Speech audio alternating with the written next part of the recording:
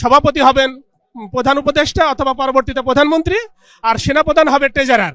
এইটা আমাদের প্রত্যেকের মধ্যে একটা কনফিউশন সৃষ্টি করে রাখছিল যে এই ওয়াকার যে সেনাপ্রধান না, এটা আমরা জানতে পারিনি। পরবর্তীতে যখন গত 8 তারিখে আমরা স্নিগ্ধর পদত্যাগের কথা শুনে যখন আমরা সেখানে গেলাম, আমাদেরকে বলা হয়েছে যে আমরা এখানে 15 জন জেনারেল মেম্বার আছি। স্বাভাবিকভাবে এই ফাউন্ডেশনের কোনো কার্যক্রম সিদ্ধান্ত নিতে হলে জেনারেল বোর্ড থেকে সেটা আসবে, এরপরে এক্সিকিউটিভ কমিটি সেটা এক্সিকিউট করবে।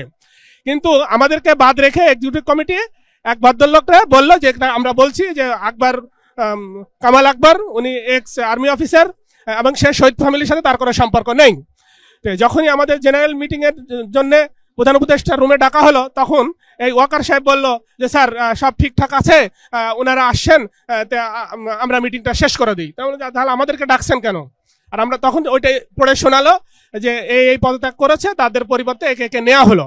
তখন আমরা বললাম স্যার আমাদের সাথে তো কোনো আলাপ আলোচনা হয়নি। তখন উপদেষ্টা স্যার বলল যে কেন ওয়াকার আপনারা বললেন যে তুমি করে বললে যে তুমি না বললে ওনাদের সাথে মিটিং করে সিদ্ধান্ত নিয়েছি।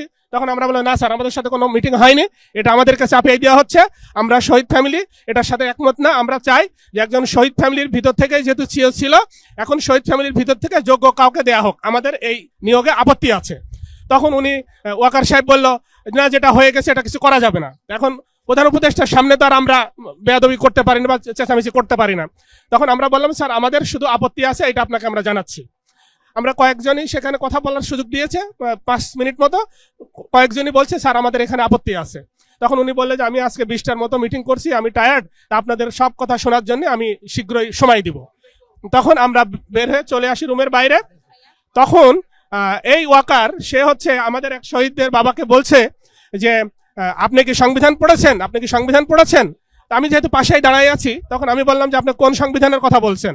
তো বলছে ফাউন্ডেশনের সংবিধান। আমি তখন বললাম যে আমাদের ছেলেদের রক্তের বিনিময়ে যেখানে বাংলাদেশের সংবিধানই পরিবর্তন হচ্ছে, তো ফাউন্ডেশনটা পরিবর্তন করা হবে যদি এমন কিছু থেকে থাকে।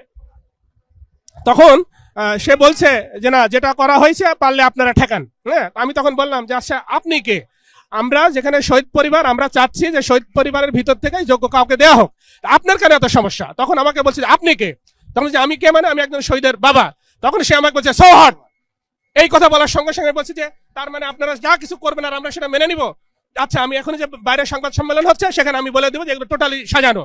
তখন আপনারা হয়তো অনেকেই সেই সংবাদ সম্মেলন ছিলেন, আসলে পিছনের ঘটনা আপনারা জানেন না। আমি যখন সেখানে উত্তেজিত হয়ে বের হয়ে আসি, তখন আমাদের ওখানে আরো শহীদের বাবারা ছিল, মারা ছিল।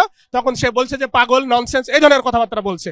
তখন আমি সংবাদ সম্মেলন যেটা বলেছি সেটা অনেকটাই ধরেন এক ধরনের উত্তেজনা থেকে, মানে ওই মুহূর্তে আসলে আমি মাথা ঠিক রাখতে পারি নাই।